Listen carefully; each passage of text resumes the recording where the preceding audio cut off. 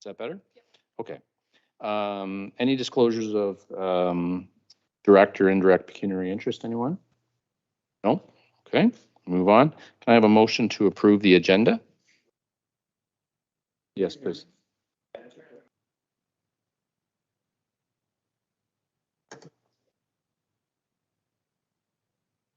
All right. One revision, and board members will have this revision sent by the executive assistant before the meeting. It's a revision to item 12 to add 2 more sets of claims for our recent meetings, recent special meetings. And so the minutes will reflect that that revision, and we'll move forward when we get there. Very good. So given that, we have a motion to approve the revised agenda. Our post. Sweeney, all in favor? And good? Yes, all in favor. Okay, so in our closed session today, there's 2 things that I'd like to rise and report on. One is that the board has deputized me to contact and meet with our appointment person for the Police Services Board. We're down a member currently. So I will reach out to that individual. Thanks to the board for trusting me with that.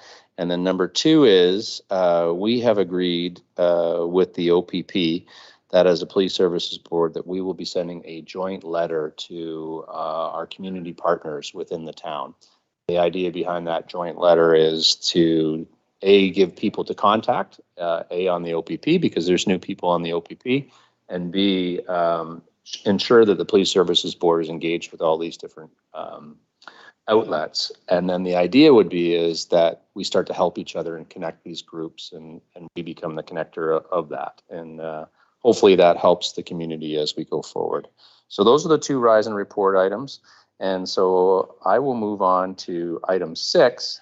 And that is, I'd like to welcome you, Jennifer. So Jennifer Moore, who is the Executive Director of the Dufferin Child and Family Services.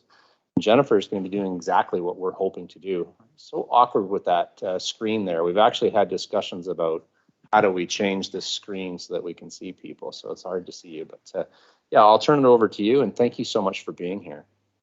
Great. Thank you so much, Todd. And I'm going to stand anyway because I'm a little vertically challenged whenever it comes to this desk, and I like to be able to see people. Say that. I know you wouldn't. I did for myself, so it's okay. Thank you so much for inviting me and allowing me to be the first community partner to do a presentation such as this. Certainly in this term of the Police Services Board, I really appreciate it. As Todd was saying, I'm Jennifer Moore. I'm with Dufferin Child and Family Services. I have been with the organization since 1995 in a whole lot of different capacities, but in my current capacity for the last 10 years. I did provide a copy of this presentation that you will all have access to if you don't already. And I don't want to scare you because I know my delegation is about 15 minutes long and I think I have about 20 slides. I promise that I am not going through in detail with all of these things, but I really wanted each of you to have the opportunity to know more details about the organization that you can refer back to afterwards. And also you'll see a lot of staff names in there as well, because sometimes, particularly for the police members at the table, it's really nice to have some names attached and know who to call whenever you need to talk to somebody. So with that, maybe we'll get started with an overview of what we provide and go from there. So our organization in Dufferin is really unique in comparison to the rest of the province. So in most communities, you'd have a child welfare organization, a mental health organization, developmental services, etc. We, back in 1978, a few predecessors before me had the wisdom to say this doesn't make sense from a service perspective to have 3 different organizations, particularly in a small community. And so we were amalgamated into one organization. And we provide services under 3 main umbrellas of service. So those being the ones I just listed: child welfare, mental health, and developmental services, including the Ontario Autism Program. And we find that works best because what we try to do is have our front door be quite wide and welcoming so that we have a central intake focus. And it's the job of our central intake workers to really figure out what is being identified as a specific need that a child, youth, family may be having at that time, and to help direct in the right service area. And we try very hard to be having people in a stream of prevention services wherever possible, because we know that the outcomes, whenever we can have the opportunity to support at earlier stages, are far better for kids and families. So we are unique, and we do work very closely with our local police in various capacities, and we'll talk about that throughout the presentation. I thought it was important to provide the snapshot of our current strategic plan that was just launched in 2022. You can take a look at that at your convenience in detail, but it really does provide you with a good understanding about what's important to us as an organization and where we see ourselves heading over the next 3 years. I thought it might be important to share just the very top portion of our org chart so that everybody has the opportunity to understand which staff are in which positions in the senior levels. And you can see those there. Any one of us is welcome we'd welcome a phone call, contact, what have you at any point in time. And the services we offer are as follows. We have about 28 different programs within these auspices. So we have child and youth mental health, we have early years programs, the Ontario Autism Program, child protection services, and developmental support services. And I won't go through each of the programs in these areas, but I really felt that you might want to have that information. All this is available on our website as well. But you can see under Child and Youth Mental Health, we have quite an extensive offering of services that we provide. And I should say that while our main offices are in Orangeville, we do provide service throughout Dufferin County, and our staff are mostly on the road far more often than they're actually in the office. Our early years program, we also have quite a number of staff there, and we partner with the County of Dufferin as well for licensed childcare centers and providing inclusion programs there. We have a lot of programs under developmental support services, and actually in this area, we range the whole lifespan in terms of services. So cradle to grave, really, I think our oldest client right now in developmental support services is about 84 or 85. So a lot of people don't know that about us, that we do have that one area of adult support too. With the Ontario Autism Program, we actually have a lot of offerings there as well. And given that core funding is no longer being made available for autism providers in the province as of August 31st, September 1st, we have launched on a fee-for-service, an extensive fee-for-service program offering that is available not only for young people who have a diagnosis of autism, but really a lot of the behavioral supports could be quite beneficial for families across the board.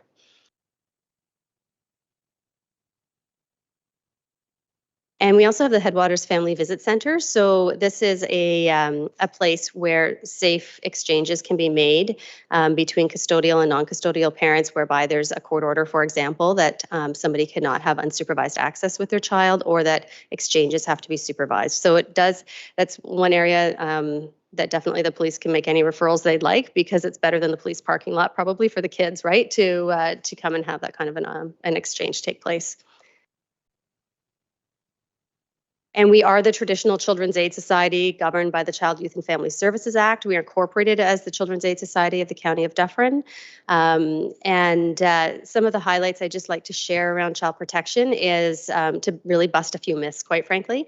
Really 97 to 98% of families we are involved with on any given fiscal year all remain together, intact, and in fact, if there's ever a situation whereby the risks are deemed to be significantly high in a home, then what we do is try to work with the family to find alternative caregivers that the children are familiar with, where they can go in a temporary way until some risks can be mitigated.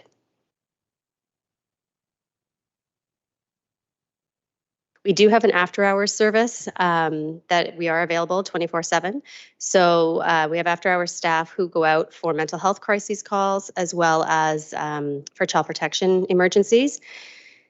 We are the providers of mental health crisis assessments in the hospital for pediatrics, so under 18. So we do get called 24 hours a day to head up to the hospital. There are lots of different phases that a family may go through if they are deemed to have, some child protection risks, and we have to work with them on an ongoing basis. And some of these phases are listed here. We do try really hard to work from a strengths-based perspective. Equity is also one of our real strong values and areas of focus, and we hope that comes through every day. And sometimes we engage in conversations that maybe can be feeling a bit challenging, but we're really trying to ensure equity of outcomes for everybody, and also trying to make sure that we're able to focus and leverage strengths while also mitigating risk. I think we can pass this one. I think we can go by this. It's still child protection. More detail, which I know will be hard for people to remember if I go through all the detail all at once. Our corporate services, we've got IT services, facilities, admin, finance. We have about 150 staff that we engage with throughout our programs. We're actually, now that we're launching on our respite services as well, we'll add about another 30. But we're still slim pickings in terms of, infrastructure and those types of supports. So we're pretty big in the community here, but we're pretty small in the province, if that makes sense. We also have a people and culture department, so that's traditional HR, but also our equity lead, privacy, data. CPIN is a provincial network that we use for child welfare, so we have a specialist in that area as well. So this is really what I thought was important for you, is our intersection points with police services. And I'm sure my police colleagues can agree these are the kinds of places that organizations like ours connect with police all the time. So in terms of child protection, we get a lot of referrals from police. Police are required, as is every person in Ontario, to be reporting any child protection concerns under the Child, Youth and Family Services Act. And that also includes situations where there's intimate partner violence, for example, and children may or may not be home, and so on. So we have a lot of interaction with the police from a referral standpoint. We do at times engage in joint investigations in our child protection service, and that happens whenever there is a potential for a criminal element to any of an investigation that we do. I will say that from a child protection perspective, most of the files we have open at any point in time really do not have any criminal element related to them. Like, there's more related to addictions, mental health issues, chronic poverty, like all kinds of, some determinants of social health kind of related factors, as well as high custody, separation and divorce, those types of conflict situations. But whenever we do have issues where there's been an injury to a child or anything else that would potentially result in police charges, we will call right away to do a joint investigation. And then also we do rely on the police at times for some safety assistance for our staff whenever they're going out into the community, into people's homes. With child and youth mental health, we do partner with crisis services for mental health. So there are definitely what we are working together as a community committee to make sure that we're streamlining our crisis services and our mechanisms, our processes.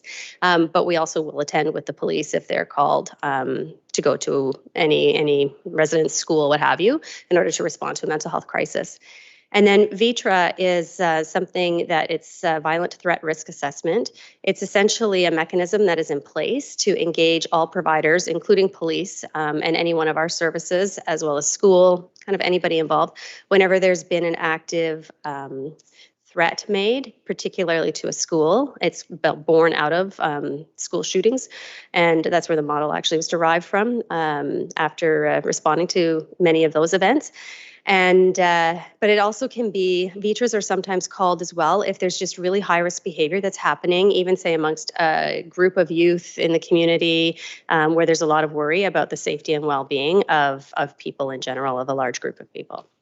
So we work together that way. And basically with our other services, it's kind of on an ad hoc basis. I mean, most of our developmental services, we often do not intersect with the police, but from time to time, whenever we need to call, we do.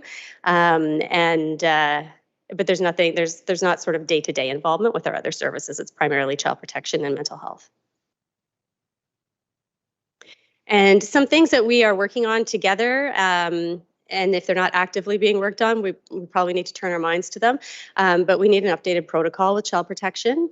We are working together along with other community partners to really provide a clarity from a systems perspective with respect to crisis services. So we want to make sure that the crisis services in our community are limited. We want to make sure that we're not duplicating things and that we are providing clarity for service recipients as well in the community, for residents in the community around who to call when and what they can expect. So we have been working on that pretty diligently through our OHT, and police have been active participants in those conversations as well.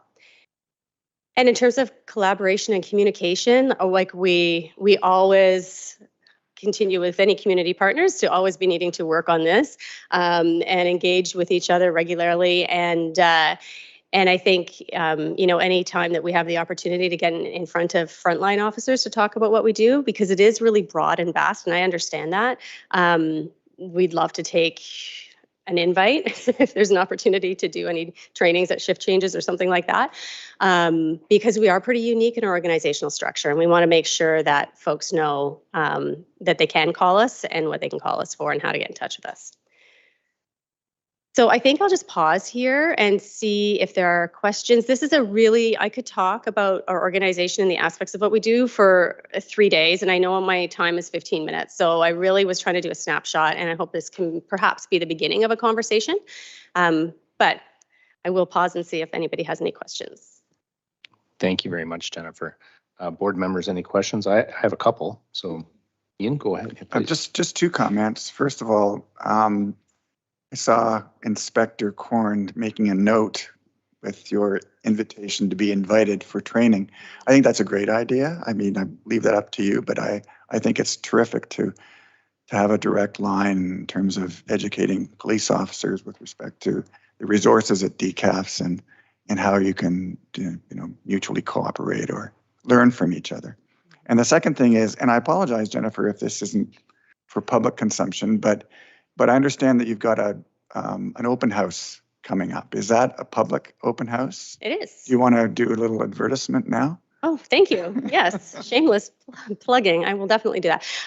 Yes, it's for our new Behavior Solutions Fee-for-Service program through the Ontario Autism Program. So it's actually on Centennial Road, June 28th, I believe 1 to 3, but it'll be on our website as well. Yes, and anybody is welcome to come and welcome you to drop in. You get to see the site where we provide, some hand-over-hand service to the young people in our community who have autism. Pretty neat. It's a pretty neat environment to be in. Any other questions, board members? Jenna, I'd just be really curious, and I know we're tight on time, but equity is such a big thing right now, and I'm finding when I'm out with Mayor Post, it's a frequent thing. We're continuing to go to education sessions, and I think I've learned it all, and then I realized that I haven't. I'm just curious what your thoughts are on that. And you mentioned it in your spiel, and then the other comment would be can you just give your thoughts on mental health and mental health since COVID? How is that impacting your organization?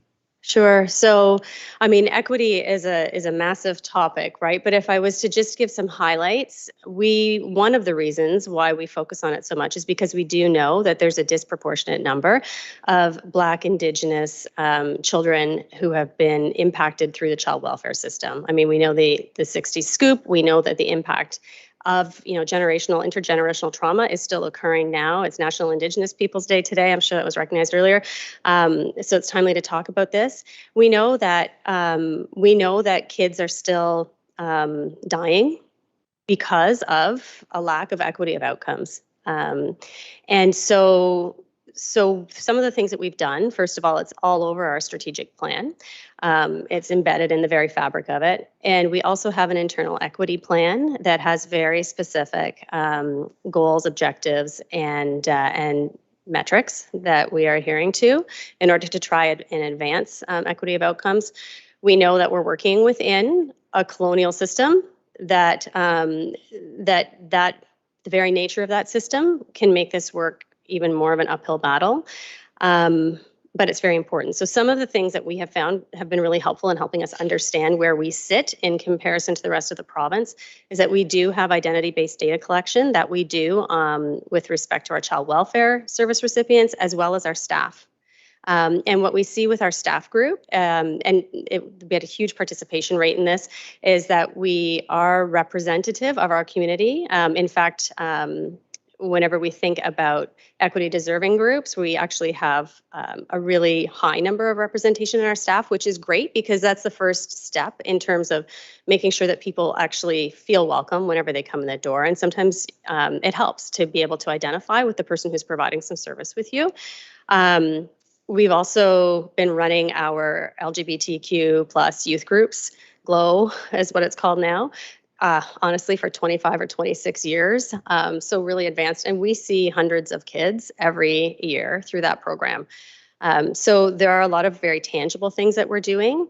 But we know that there's still a lot of poor outcomes, quite frankly, and we need to change that and shift that. But we need the whole community to do that, like that. And so that's the other piece I would love to have some conversation about, is how we can work on some of those types of initiatives together. Your second question was around mental health since COVID. And I would say that people are very, very challenged. They're challenged. We're finding folks who normally would be sort of coping decently with the stressors of life that everybody faces are having a really hard time and getting overwhelmed quite easily. So we do see an increase in service volumes.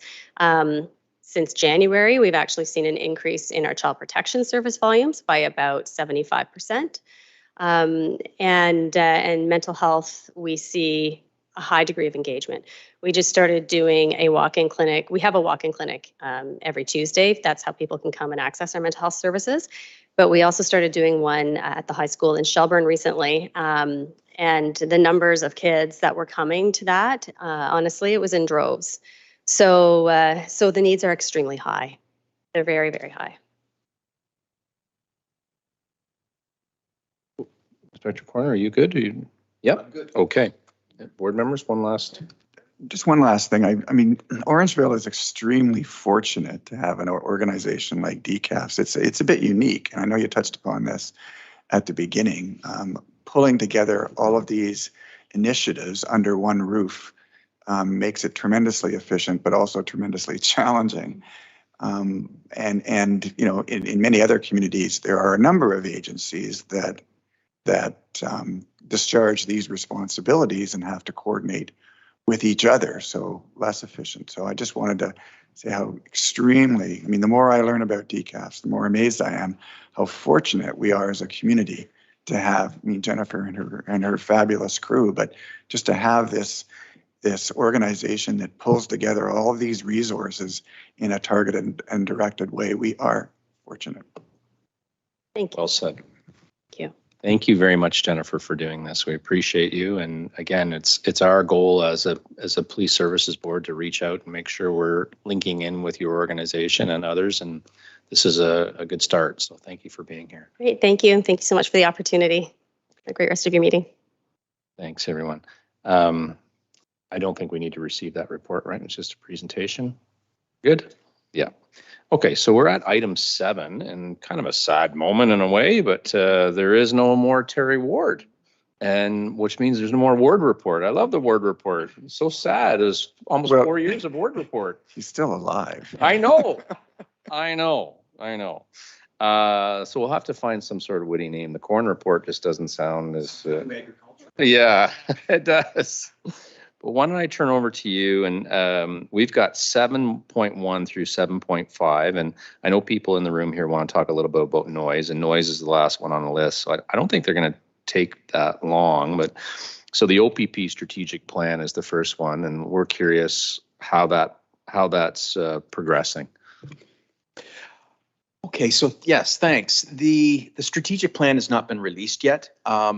And we've not seen previews of it from headquarters in Orillia yet either.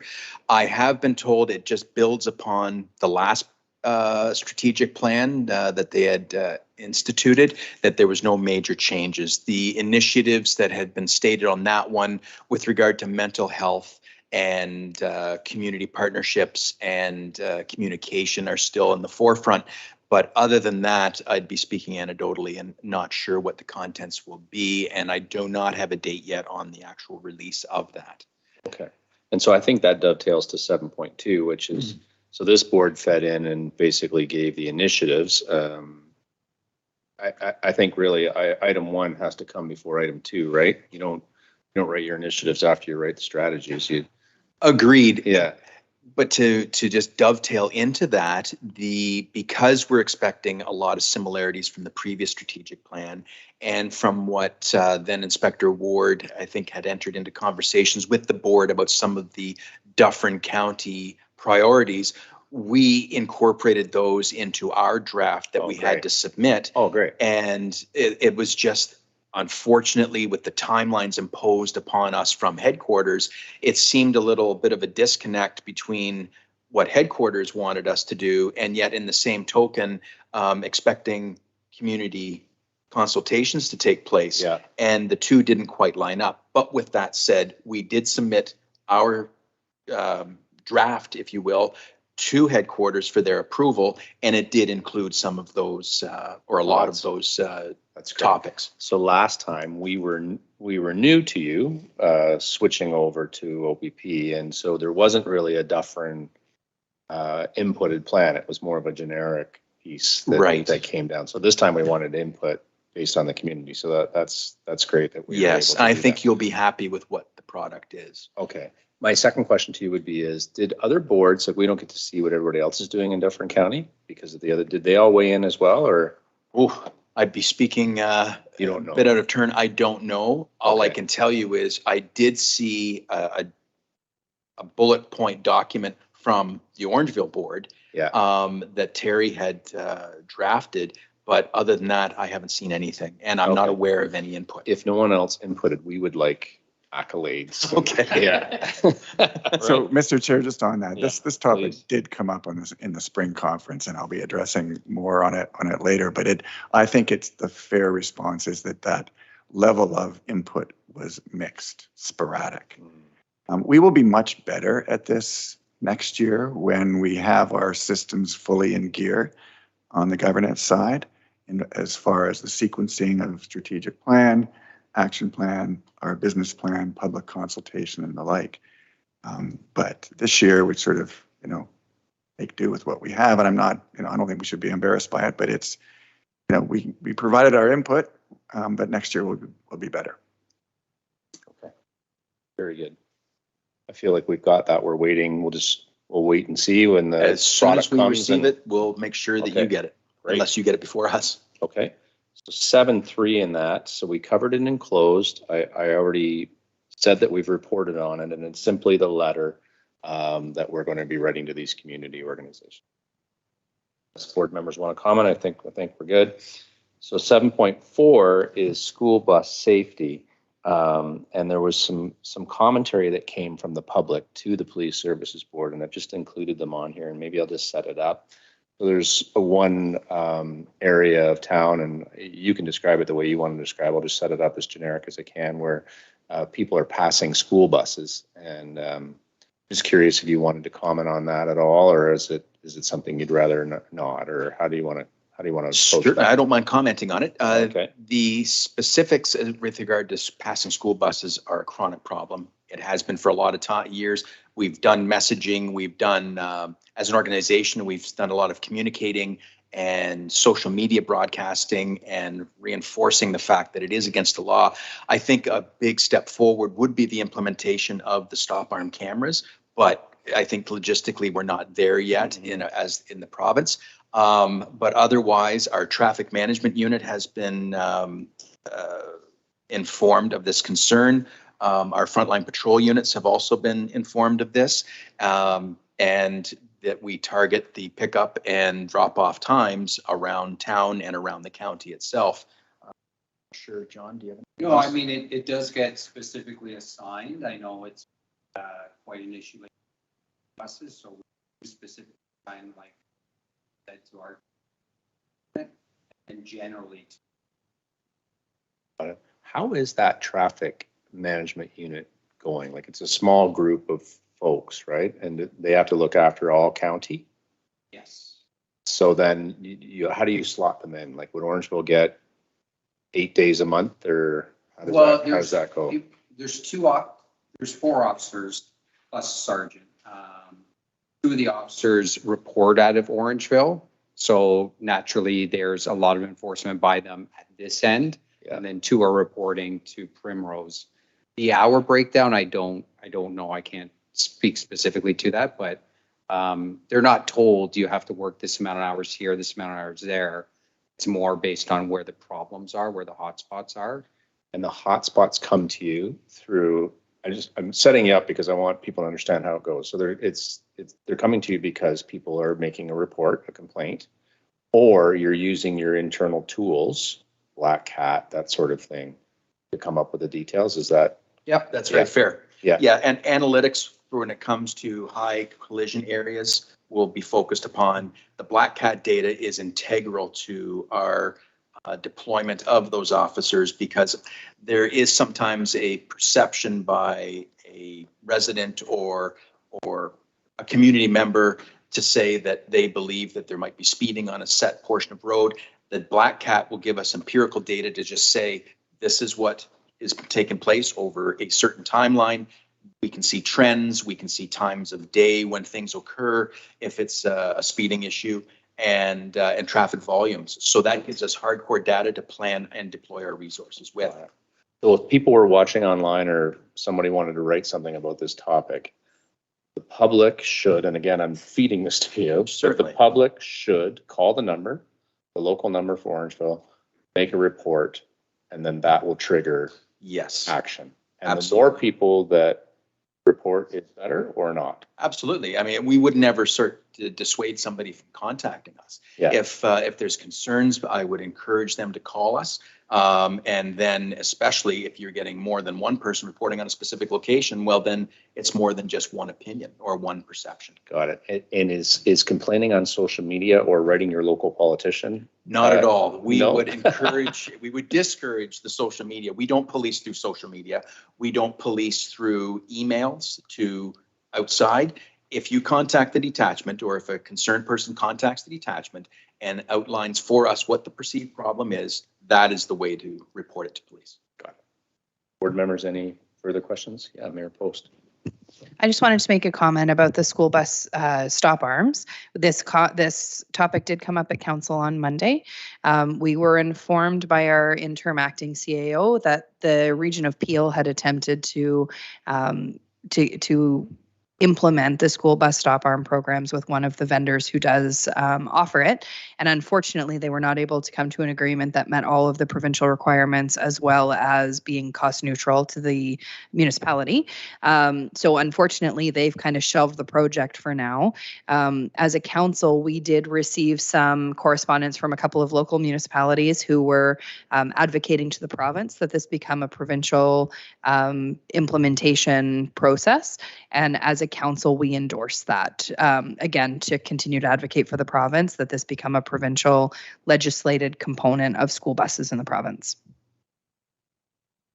I think we've got that one right. So the next one was Paula Court, and Paula Court, for those that don't know, is on backs on really to County Road 23, and that is a busy road. So people are coming out to catch the school bus on that road or crossing the street, that sort of thing, and it's speedy there because it's sort of at the end of that line where Paula Court comes out, and the residents were concerned, about their safety and the kids' safety and whatnot there. And so I know you've got it in an email, but I just thought, again, we should discuss it in a public meeting and see. Absolutely. That email is very valuable to us, and I thank the sender for that. And again, because it's an identified location, we can, and I believe that has already been sent out to the traffic team to definitely make patrols in that area at school bus drop-offs and pickup times. That's great. Okay. Board members, any comments or questions on that item? No? Okay. Seeing none, we'll move on to the final point in here, and this is 7.5. And the purpose here is it's a noise update. So maybe I'll set it up again. So last year, OPP ran, it was a project, and I've just blanked on the project, but it was Project Code Name. And the idea behind that is let's target people who are creating unnecessary noise. And of that, it was modified mufflers who was the main piece. And what we found out is that modified mufflers are truly illegal. You cannot do that. So if you see someone with a modified muffler, the OPP have to see them driving that vehicle unless it's reported by a resident. And then the OPP can take that license plate and find out where the person lives and follow up and do what you deem is necessary.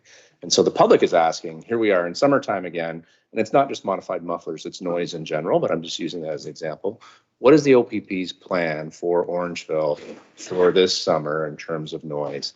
And then I might just open it up after you speak to see if some residents wanted to ask you some questions as well. Absolutely. Okay. So in the past, it was called, the project was called Quiet Running. Quiet running. And that incorporated both our traffic management officers as well as the Central Region OPP traffic unit.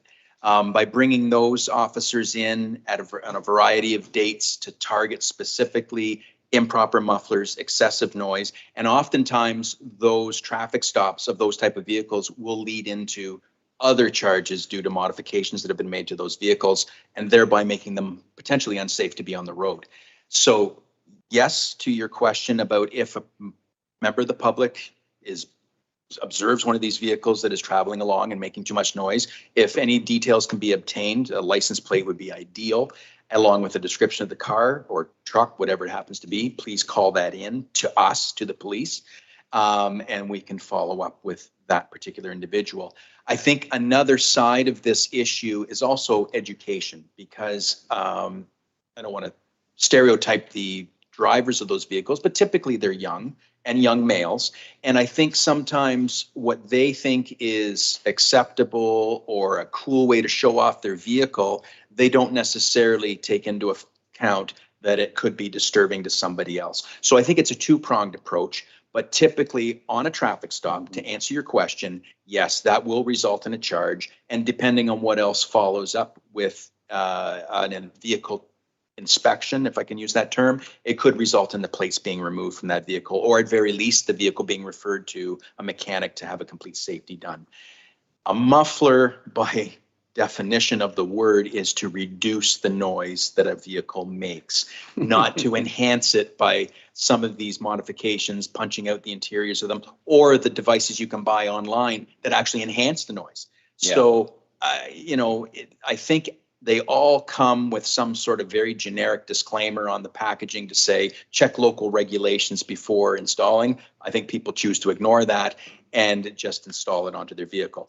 Unfortunately, in a built-up area such as Broadway in downtown Orangeville, it just makes it even more enhanced because of the buildings and the echo and everything that goes with that.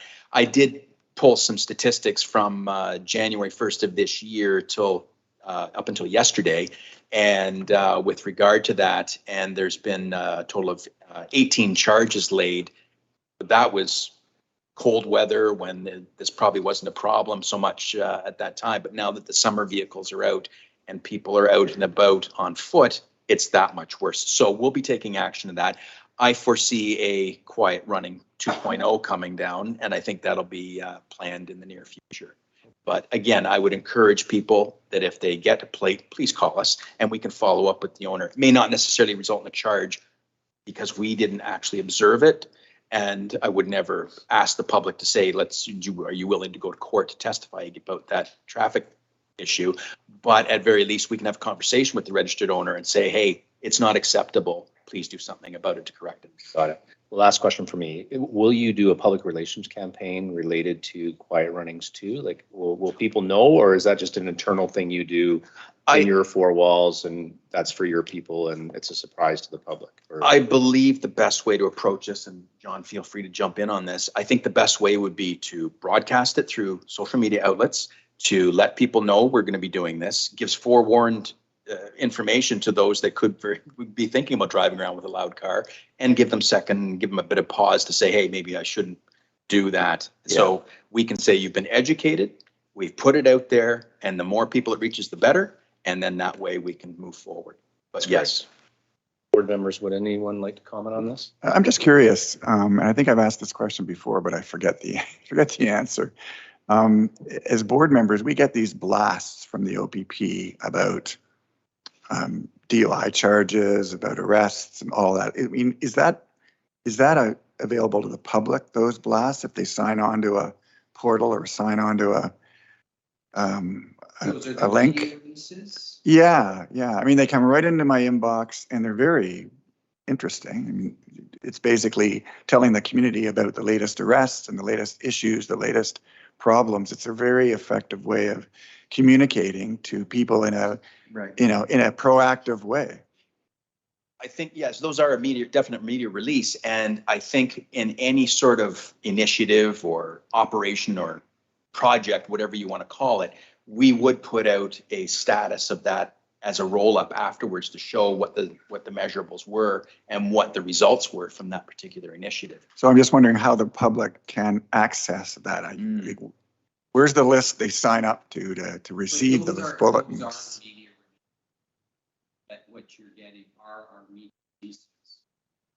So, but they come right into my inbox, my email. We would typically, for the public, put that out on a social media platform, like Okay. Twitter Okay, or Facebook, Okay. or some of the other ones. I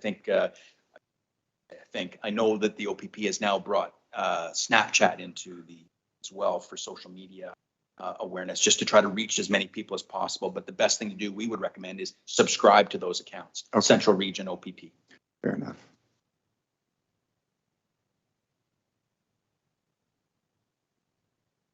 Board members, everybody okay? Would anybody from the public like to ask a question of our officers while they're here? Yeah, just come on up to the mic. Could be. Just as a normal council thing, usually you state your name and address. I understand there's some Okay, people my name's who are Janice worried about doing that. If you could, it'd be great. If not, no problem. And I live at 105 Spencer Avenue, at the new condos. And my front room and the bedroom face right onto the back of the McDonald's and the corner store, the gas thing. So is there any way that at least on the weekends, there could be a little bit more of a police presence around there? Because all the young, enhanced cars come in there and they're revving until it backfires, which I guess is cool. But at least a little bit of a presence, because they're speeding like down Riddell and it's like a dragway. Right? Like, is there just like maybe starting Thursdays or something, if you could come in and in the evenings, see if you can catch a few of these guys, because they're there. Is there anything you can do about that? Yeah, for sure. Officers at the same time, I recommend that you also, as we had said, you also call in if you notice there's a lot going on right now. By all means, call in when it's happening.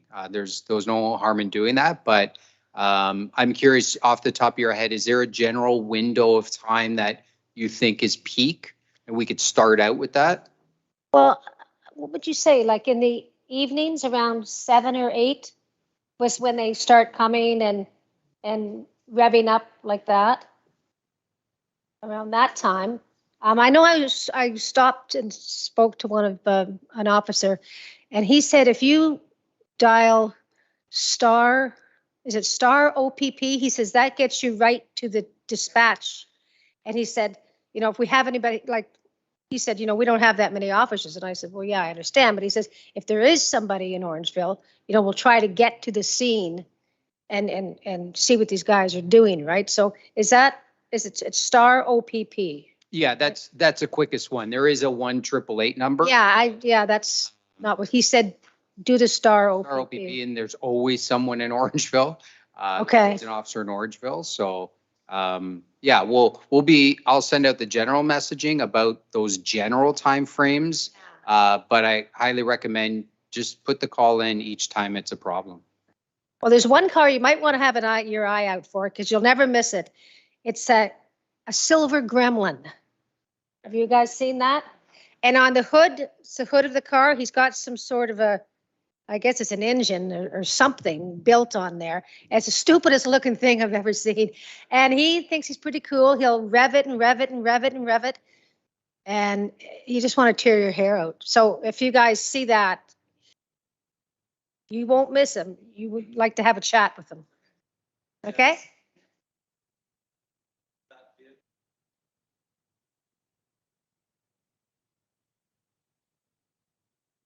Oh, yeah.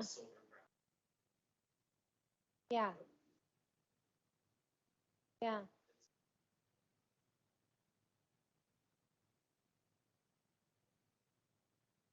I don't know Okay. how many people would want to be driving around in that.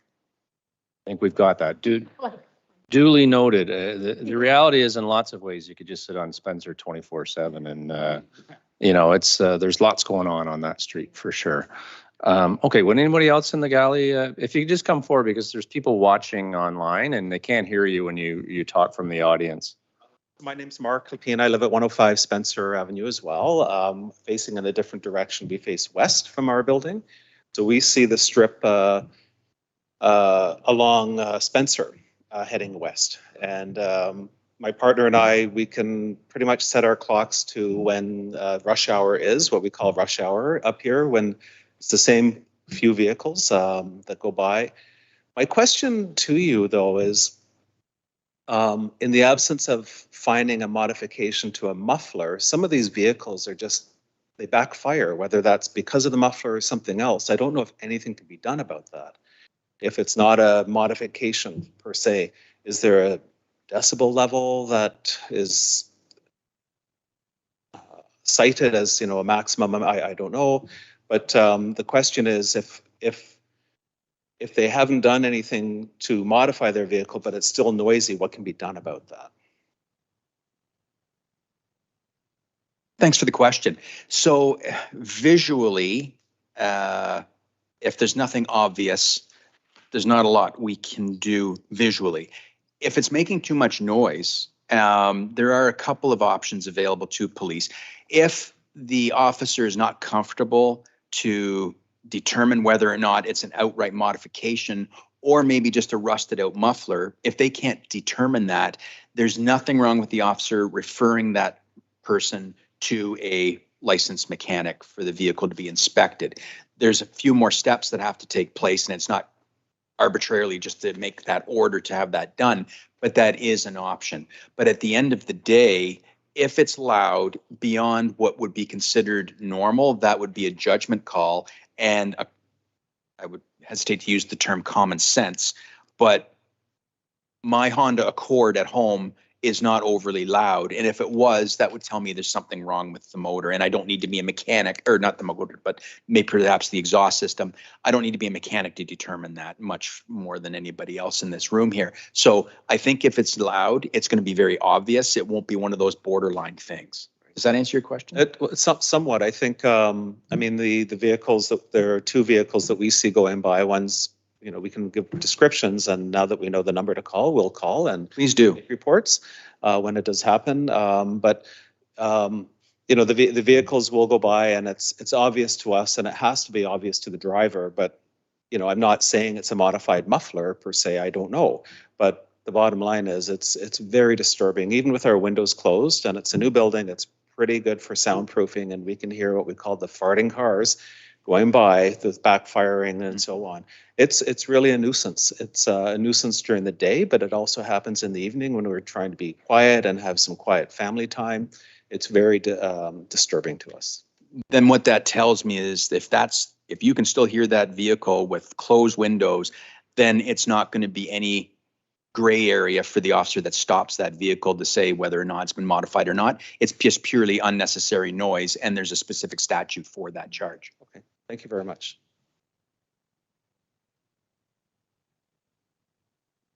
Okay, anybody? Yeah, please come forward.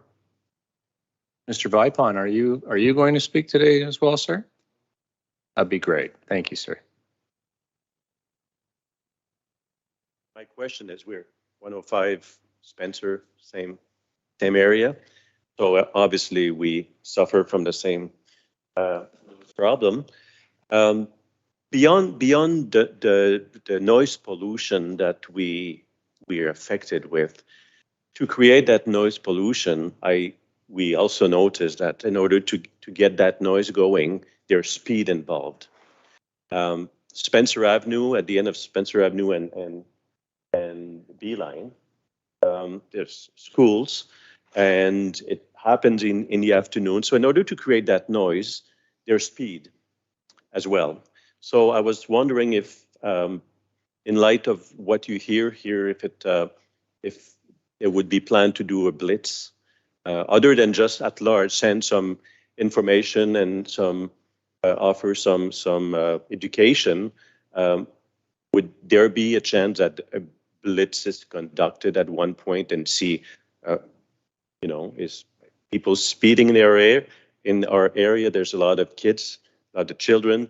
There's already signs to limit the speed to 40 kilometers. I don't see that happening very often. So there's noise pollution, speed, and it could be at night, at middle of the night. We have the same problem. So, Well, I can tell you that when we attend these locations, we're not just going to be focused on a specific problem. It's going to be there to do an enforcement perspective. So regardless if they're loud or otherwise modified or speeding or carrying on in other unsafe ways, we're going to be there to deal with it as a whole, not just to say, oh, we'll ignore the speeding. We're just here for mufflers that day. So we do, yes. okay, so basically, by the time we call, if they're gone, they're gone. Well, to pinpoint, Certainly. And that's, I can tell you, we'll mention this to our traffic team and to the patrol units. But again, my best advice is to call. And eventually we will be there at the right time at some point. I just can't guarantee it'll be this time. It could be the next time. But please call, and don't be afraid that you're going to be bothering anybody on the other end of the line. That Star OPP puts you right into the comm center in Orillia, and they will take the information and they will dispatch it out. If I could, I know Inspector Corn, you're new to the area, but we've done the Black Cat analysis in the past, and we've been fortunate enough to have the details. And without the details of the what and the when, we know that this street that's being referred to is a problem. Okay. So the data from that source proved it out to be, and you'd have that in your records Okay. to be able to see the what and the why. And I think it's not going away. Okay. Well, thanks for bringing that to my And attention. Mr. Chair, just one follow-up question. So if the community can identify the high traffic time periods, and communicate that to the police, it seems, would the police then be prepared to station an officer there, like Absolutely. a blitz or whatever you want to call it, to station an officer there and try to catch these people at the most likely time that they're doing it? And it may be all day long, I don't know, but if there is a high volume time period, that's probably the sweet spot to give to the police. I agree with that. Yes. Yes. Okay. And we can certainly do that. Great. I would like to take pleasure and introduce Gary Vipon. And you have been involved, sir, in this issue for quite some time on noise, created community groups where people got together. We had advocate groups from OPP come out to some of the meetings. So there's been a long process in place. And you're here again, it's great that you're here, but it's also sad that you're here because that means you're still experiencing issues, correct? Yes, Yeah. Gary Vipon, Zionist Street. But just building on the last point that was raised here, a pinpoint of a police car and, at the right time.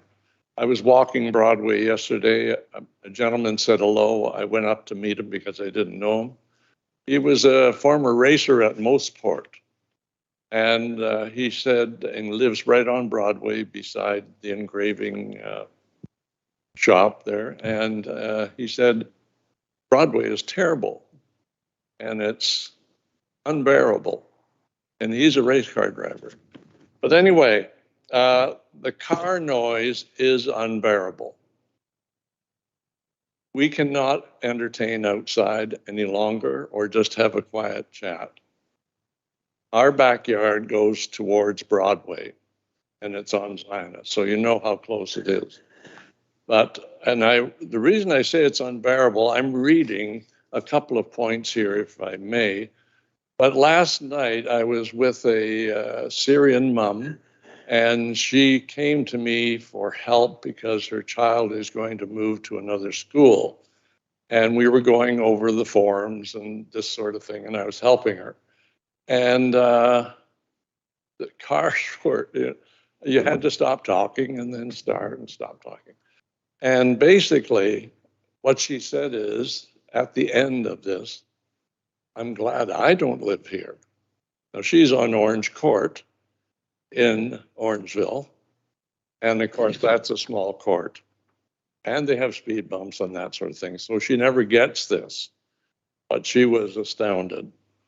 What I'm going to read you just quickly is something a community group gave input, basically, to a community officer and to Todd, who had attended this meeting that we were at. Car noise not bearable has increased over the past few years. The car noise is made by illegal modifications. The cars are now being used blatantly to annoy. Encounters by citizens with drivers have resulted in physical and mental abuse. And people sitting in here now were subject to that.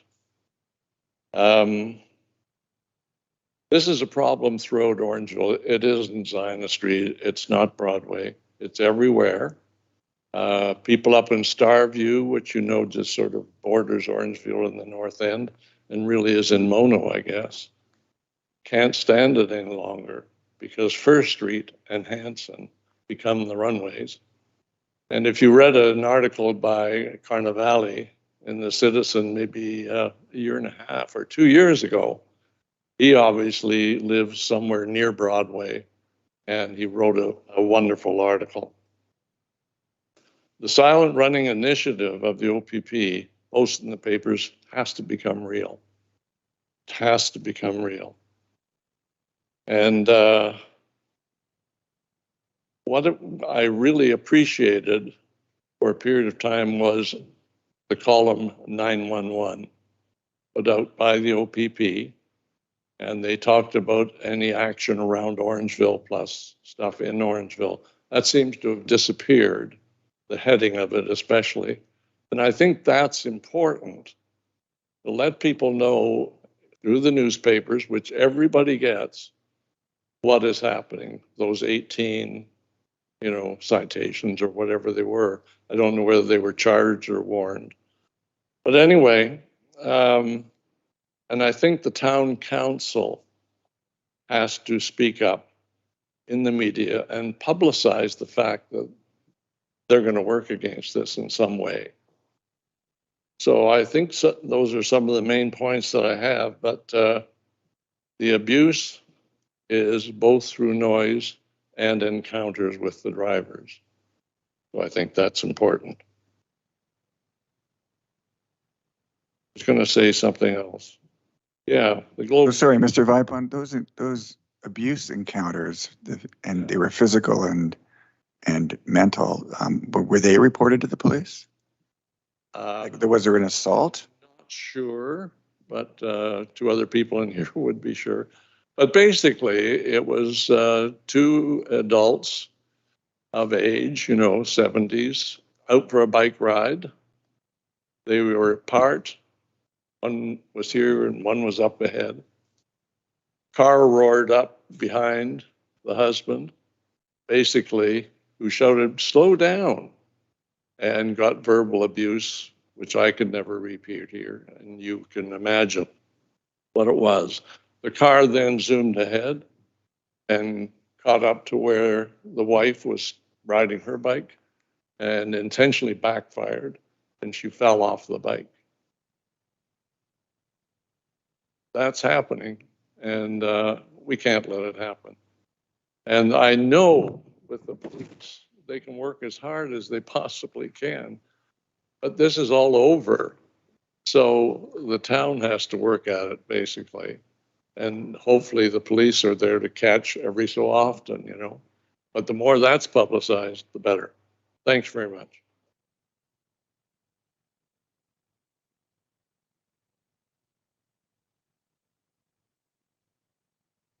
Okay, thank you very much, Gary. Appreciate that. Everybody good? Feel heard, I hope? Yeah, good. Okay. Inspector Corn, anything further? No? No, that's all I have. Okay. I love that. Thank you, everybody, for weighing in. It was great for me. I've heard this quite a bit. I know the mayor has too, but nothing better than having the inspector and the mayor here listening to the commentary as we go through. So really appreciate you being here and your input. So board members, can I have a motion to receive 7.1 through 7.5? Mayor Post, Member McSweeney, all in favor? Yes. Thank you very much, Ken. Okay, so to the public, you're welcome to leave. The rest, you're welcome to stay too, but I don't know if the rest of it's going to be of interest or not, but I find it incredibly interesting, but you know, maybe you won't. Thank you very much, everyone, for being here.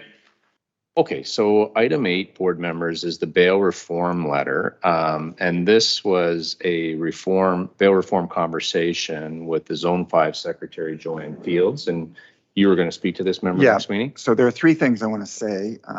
So first of all, you'll recall that we were, it was a Zone 5 meeting that we had a reach out from Guelph Regional Police to try to convince Zone 5 boards to participate in an initiative to request/demand bail reform from various levels of government, including the municipal governments, and solicit other boards in that cause. And as a result of that, Orangeville wrote a letter, and a number of other Zone 5 boards wrote a letter. And I was curious as to what the take-up was, and it wasn't every board of Zone 5. It was Orangeville, Saugeen Shores, West Grey, and South Huron. So it sounds like there's still lots of work to be done. So that's the first piece, just reporting back on the Zone 5 initiative. Secondly, at the joint meeting, we raised this again, and John Creelman was interested in it, and in the chat on the Zoom meeting asked me to forward to him the information that I had, including our letter and, you know, the original letters and requests from Guelph, and I did that. So John is sort of a proactive guy, so I suspect that he's going to do something. So he will be a good advocate of this going forward to the other boards in his world, in his realm. That's the second thing. And the third thing is, at the spring conference, the Attorney General of Ontario gave an address on bail reform, which unfortunately it was on the Friday, and I couldn't stay for it. And unfortunately, there was no deck, so there was nothing in writing. So what I think it, just for the board to think about, I think it would be a good idea and I'm happy to do this, to reach out to the AG's office and get someone to attend our next board meeting and give us a little update on what's going on. We're not likely going to get the Attorney General, although I'll ask for him, but we'll probably get somebody from his office, and that's fine. We'll just get something, and we'll hold it in public session. I think that'd be incredibly fascinating to have that discussion. I'd love to hear what's happening, because it does feel stalled. So that would be great. Board members, is everyone in favor of Member McSweeney doing that? At least, yeah, getting lots of nodding. Okay. So do we need a motion to deputize Member McSweeney to reach out to the AG and advocate on our behalf and invite them to a meeting? Can you make that? Member Post will make that motion. Ken, do you want a second? Thank you, sir. All in favor? Yes. Okay. Board members, I just want to be respectful of everybody's time. I'm looking through and just did a brief look here, and I'm thinking about our officers that are here. I think we could probably let them decide if they wanted to stay or go at this point. So, you gentlemen, it feels like it's administrative now at this point. It's up to you. You're welcome to stay, or you're welcome to go, whatever you'd like. Please don't feel you have to stay. I think you should stay for my spring conference report, though. It's going to be riveting. Yeah, that, you're gonna get that, and then, okay, so that's now. Maybe after item 9, it's up to you guys if you'd like to go. Okay, how's that? So I'll turn it over to you, Member McSweeney, and this is the OAPSB Spring Conference, and you attended in Niagara on behalf of the board. Yeah, so the OAPSB had its spring conference in Niagara Falls from May 30, 31, and June 1st. It was, I'm glad I went. I was fairly vocal at all of the sessions, and I provided to Mary Lou, and she circulated copies of the decks, the presentation decks that were delivered.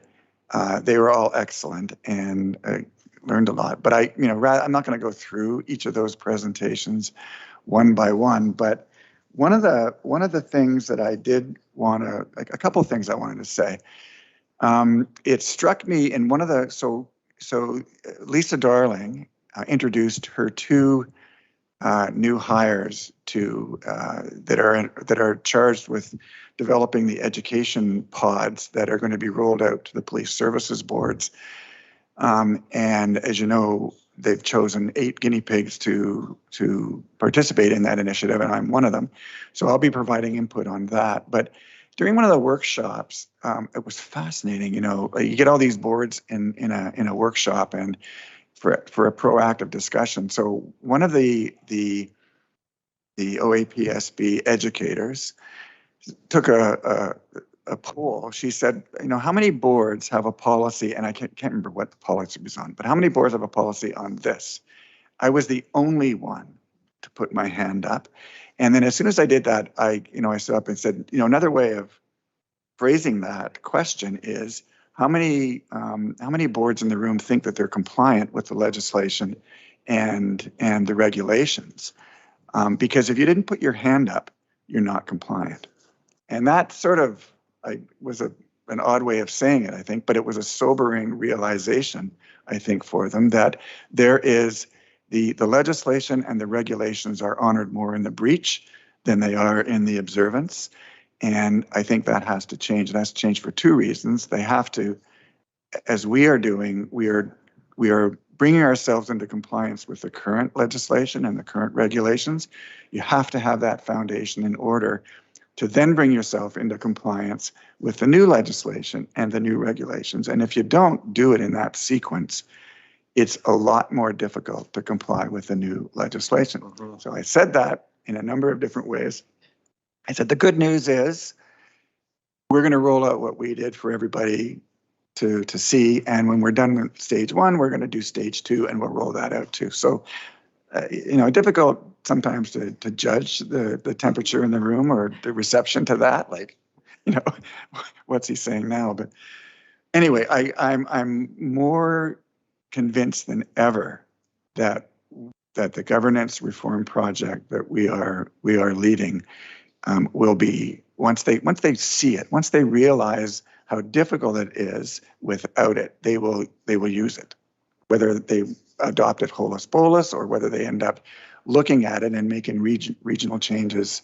I don't know, but it will be very useful. And we'll talk a bit later, once we're there, maybe in September, we'll talk about actually how we're going to roll it out and all of that we talked a little bit about in our in-camera session the last day.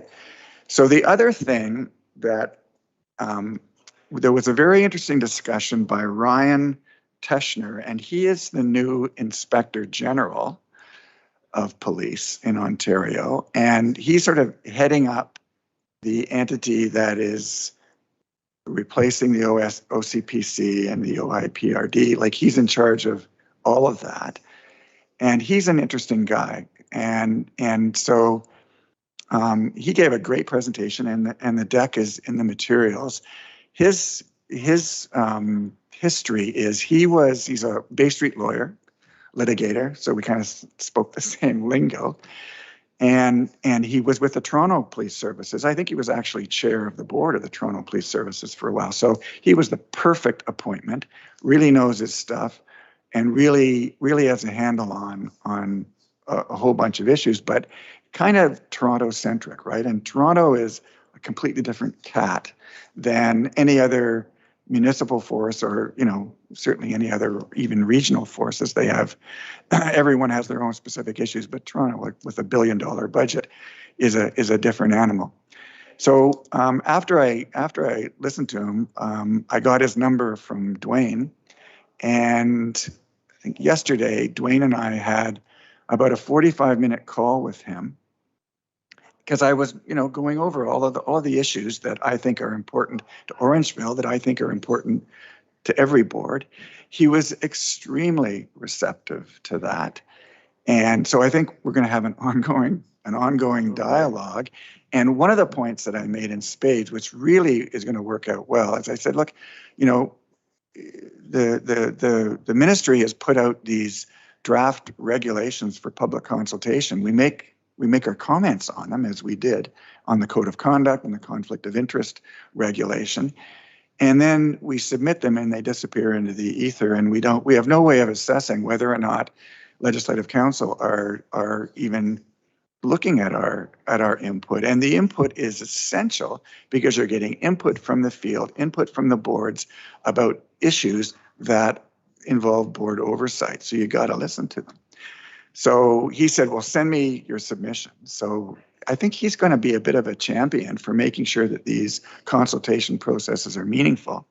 And then the final thing I shared with him was that, and I forget when it was, Todd, but I think you were there at or maybe it was a Zone 5 meeting, but there was the legal counsel for one of the legal counsels for the ministry were presenting the latest update on the new legislation and the latest update on the regulations. And as he was going through it, he didn't mention the adequacy standards regulation. So I got up and I said, well, what are you, should we expect the adequacy standards regulations to be among those regulations that are being overhauled? And he said, well, it's interesting that you mentioned that because we just looked at that yesterday and decided to do it. And like, I was flabbergasted by that, because the adequacy standards regulation is the pith and substance of board oversight under the PSA. So the good news is they're looking at it. And so when I was on the phone with them, I said, you know, I've looked at this stuff backwards and forwards. Orangeville would really be interested in looking at the draft regulations when they're available and making comments on them. And he said, well, I think you should, so I'll send them to you as soon as I get them. So this is going to be really good. We're going to get to, you know, have some meaningful input. And I think he's going to be a really good contact going forward. And Dwayne was there, and Dwayne was very supportive of this. So he was good.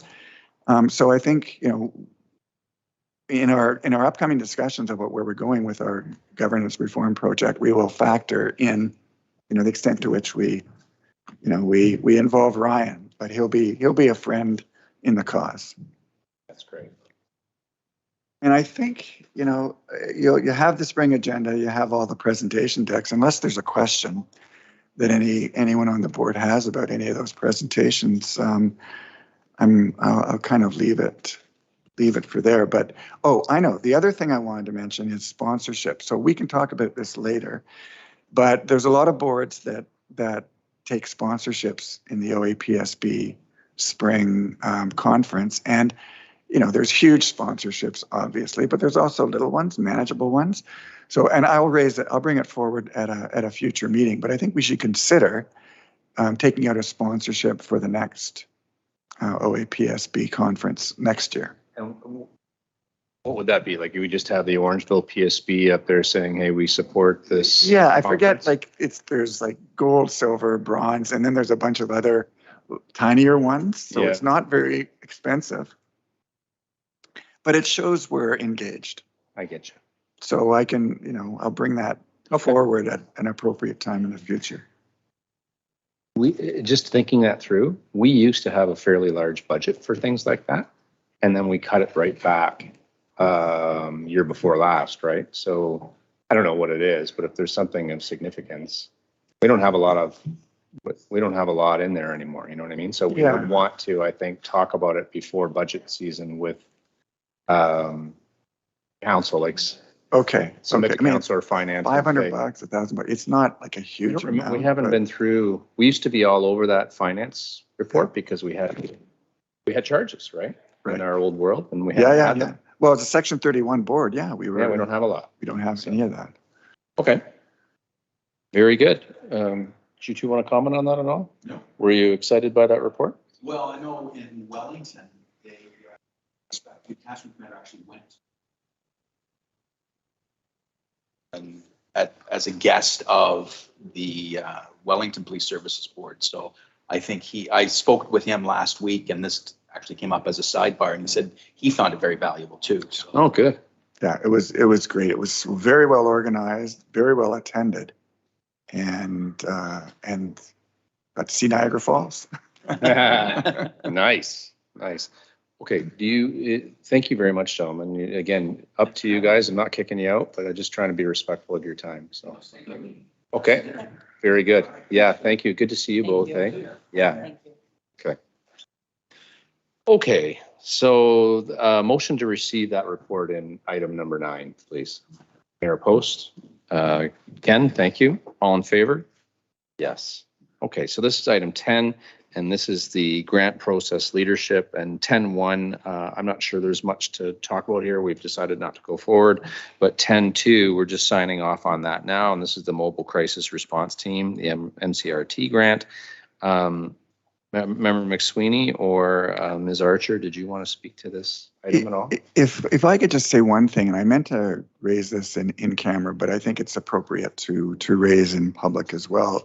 You recall we've talked about this before, preserving Mary Lou's institutional memory on the grant process. I think we would be remiss if we didn't do that. And I think Mary Lou, I don't really know what I'm asking here, but I know what I want. I know that's kind of an odd way of saying it maybe, but I think we need some sort of manual, and you can design it however you want, that provides a bit of a template for the grant process, and maybe provides a history of the grants that are at least, and it'll be updated, the grants that are available, the grants that we are applying for, the grants that maybe in the past couple of years we've been successful getting, and maybe the grants that, like the one this morning where the OPP is not applying for it anymore. Because it's such a very important part of the fundraising initiative. And I know you know it cold, but I'd like to develop a policy on it and have it in our governance structure. So if the board is in agreement with that, we can just ask Mary Lou to add it to our whatever that's called, the work, but our work plan, our action register, right? Thank you. Okay. Mayor Post, did you want to speak to this item? First, I would like a quarter every time Ian tells us we need a new policy. But other than that, no, I think that that's a very, very valid point. And I think that project should also include copies of past grants that were submitted, what they looked like, what kind of information was included, any attachments that were included. I think that would be really helpful for anybody in the future making similar grant applications. Okay. So for 10.2, would we receive this item at this point? I think so, eh? Okay. Motion to receive. Mayor Post, Member McSweeney, all in favor? Yes. Okay, great.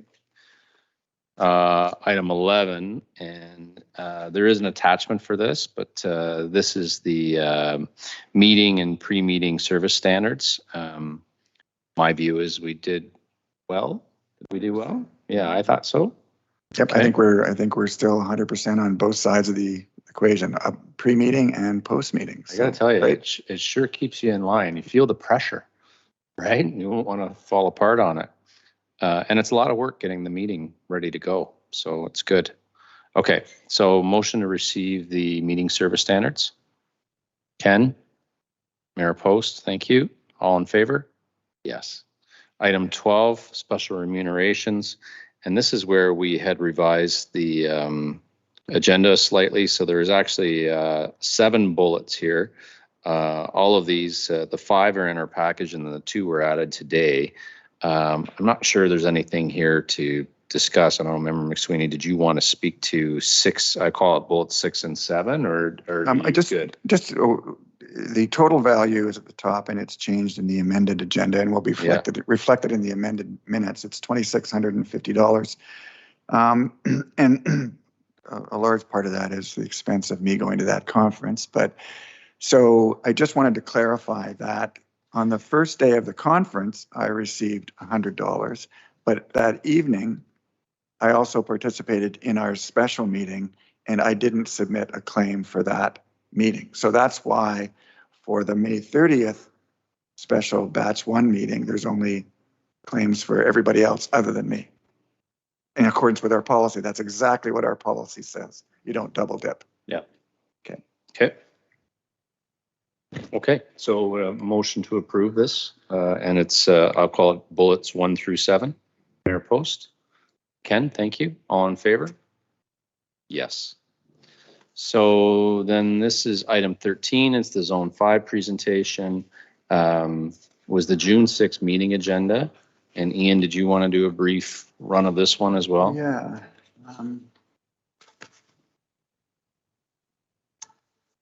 Getting tight here. Say we have to watch timing together.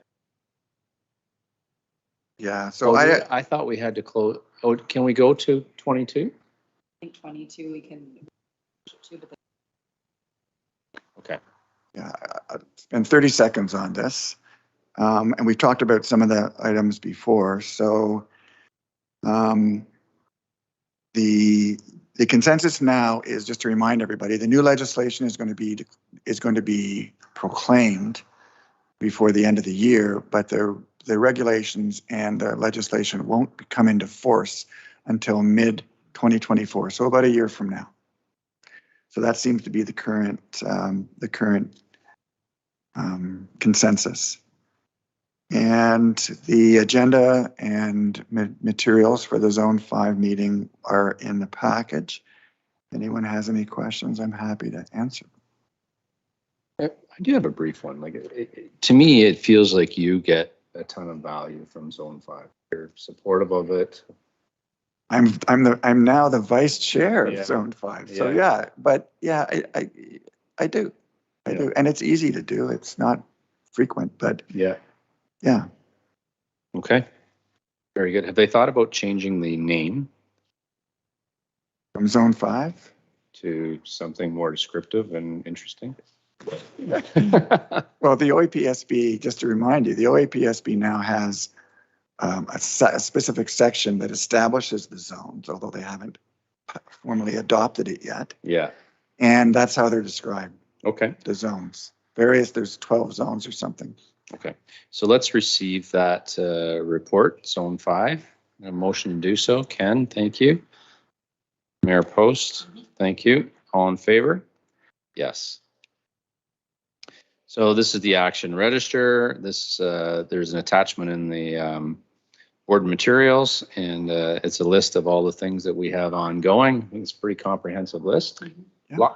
Lots to report on there. So I'm not sure there's any discussion, but No, Mary Lou will great. add that one, the grants manual, we'll call it, to that list. that's great.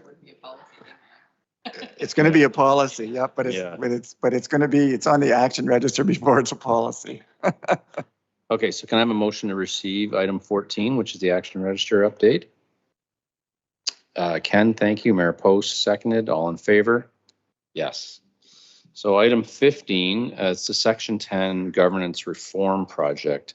Member McSweeney, should we push this if we're going to have a follow-up, or do you want? I'll just give Just go an quick? update. Okay. So we've had 2 meetings now on our policies. We've gotten through the lion's share of them. We've scheduled a 3rd for next week. And on conclusion of that, we'll probably have a subsequent meeting to tie everything together. And at that point, we're going to have a revised governance reform manual that is going to include all our policies and bylaws, and that it will bring us into full compliance with the current PSA and the regulations, stage 2, and we have lots of time to do this now. Sometime before this time next year, we will have to take that stage 1 document and revise it as required to bring ourselves into compliance with the new CPSA and the new regulations, which we haven't yet seen. Okay. Okay, any questions, board members? No, seeing none, can I have a motion to receive that report? Mayor Post and Ken second, all in favor? Yes, okay. So this is the PSB website review. Ian, I guess it's back over to you on. Yeah, and it very, very quickly. I mean, Mary Lou's done a great job. So just if you've been on it recently, you'll see Mary Rose has been deleted, and I think there's a vacancy indicated. Mary Lou, I think that's how it's set up. There is one outstanding. If you go on the website, you'll see that we have a note that says a public meeting minute archive for 2019 is being prepared and will be added below as a hyperlink. So that's a bit of a placeholder. So Mary Lou, if you could remind me in September to, we need to bring that back before the board and decide what we're going to do with that archive. And I think what makes sense, we talk about it in September, I think what makes sense is to have maybe say keep an archive for a period of, like we now have 2 years or 1 year, and we need to decide on keeping an archive available to the public that goes back X period, whether it's 24 months or 48 months or whatever. But we should make that decision and then build the website, build that into the website. Plenty of time to do that. Okay. Got it. So motion to receive that report, or sorry, any questions first? Seeing any, my apologies, I'm going too fast. Ken, I saw you stick your hand up, so, and Mayor Post was second. All in favor? Yes. Mr. Chair, just as an adjunct to that, I think that discussion, Mary Lou, if we could make a note for the agenda item in September, should be that, what I just described, and also to revisit the public transparency issue. We by that time we'll have a policy that will deal with media relations and public transparency. Yeah. We need to decide what we're going to post on the website. Maybe the entire governance document. I don't know, but we need to include that in the discussion because I think this board is kind of dedicated to increasing or improving the transparency. I think it would make sense to do that, wouldn't it? Like, where else would you keep it? That people, I know we have our SharePoint, but it would make sense to have it in the public location. I agree, but it's amazing how much variety there is among even Zone 5 boards on what they disclose. There's, anywhere from nothing to everything. So we need to decide where we're landing there, but I suspect it's going to be in the everything camp. Got it. Okay, so this is the ASE report, board members. In interest of time, I think we've done it. Mayor Post actually did it earlier today, so I don't think there's anything there to add. I don't have anything. Does anybody else want to speak to that item at all? Okay, so motion to receive that report. I have that. Ken, thank you. I'll second it since Mayor Post actually did it. All in favor? Yes. Okay, that's great. This is the false alarm reporting. The numbers seemed a little bit higher this time in my mind, but I looked through, I didn't see any, ritual offenders or anything like that. They all seem like one-offs, so I don't see a trend or there was a couple, but it's better than significantly this time last year. Yeah. Any board members want to comment on this report? I still see value in getting it and watching it. So I think that's great. It's a motion to receive this report. Member McSweeney. Ken nodded his head there. So number 2, all in favor? Yes. Board vacancy, and in fairness, I think we spoke to this and you've actually said that I would follow up. So I think this is done. So a motion to receive that. Mayor Post, Member McSweeney, all in favor? Yes. This is the Section 10 elections. There's an attachment in in the deck for everybody. And Vice Chair McSweeney, did you want to speak to this? Just the reason it's on the agenda is we last met on May 16th and the elections were on May 17th. So the email does report the results of the election. No big surprise. The incumbents were reelected, and these are the OAPSB board directors for Section 10 generally and for Zone 5. Okay, very good. Any questions for Member McSweeney on that? No, seeing none. Motion to receive. Mayor Post, Ken, all in favor? Yes, very good. This is the COVID policy update, and we had pushed this last time, and I think we agreed that we would suspend, but we just wanted to think about it a little bit. Ken, if I recall, I think you had some concerns. Did you want to speak to this item, or are you? I don't recall any concerns, and I can't remember. No. Okay. Okay. Okay. Very good. Anyone else like to speak to? No, just this decision will be reflected in our policy, which will show the COVID policy as a suspended policy, but it'll nevertheless keep it for posterity, at least for a bit. Yeah. And again, people are probably wondering, why are you dealing with this? In all honesty, it was a mess. I think we all thought we did deal with it, and then we realized that we made an error and we did not. So that's why it's here. I'm just trying to clean up things as we go. So motion to suspend is what I'm after. Yes. Member McSweeney, Mayor Post, all in favor? Yes. Okay. This is the approval of the public session minutes, May 16th. There is an attachment in here. Any thoughts or comments on the May 16th? No, seeing none. Why don't I go, can I do this and go to the next one as well, and we do them all and receive, or does that seem reasonable? So June 16th, joint meeting of Dufferin County, same thing. There's an attachment in our notes. Is there any comments on the June 16th joint meeting? No. Okay, so can I have a motion to receive item 22 and item 23? Mayor Post, Ken, all in favor? Yes. Okay. And then this is the MAD yearbook. We did discuss this in closed. And the idea behind that is the previous arrangement with the Orangeville Police Service. We did participate in this MAD yearbook as a sponsor.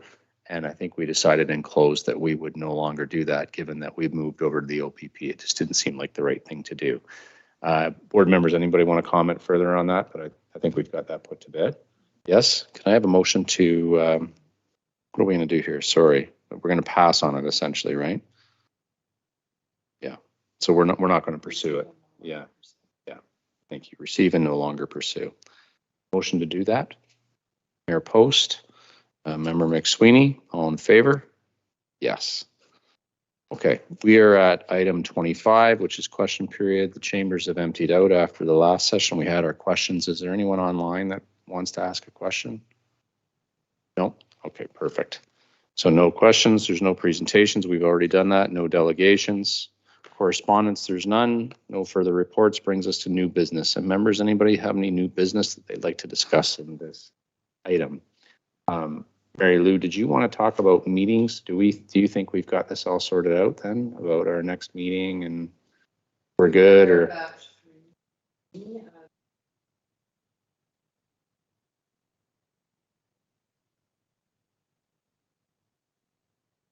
To get together at that time. Okay, so I think we're good on that. And members, any other new business at this point? No? Okay, so we're at Ken's favorite time in the meeting. And that's adjournment. Ken, would you like to make that motion? Perfect. A seconder? Mayor Post, all in favor? Yes. Okay, thanks everybody. We got through. Very nice. A couple minutes to spare.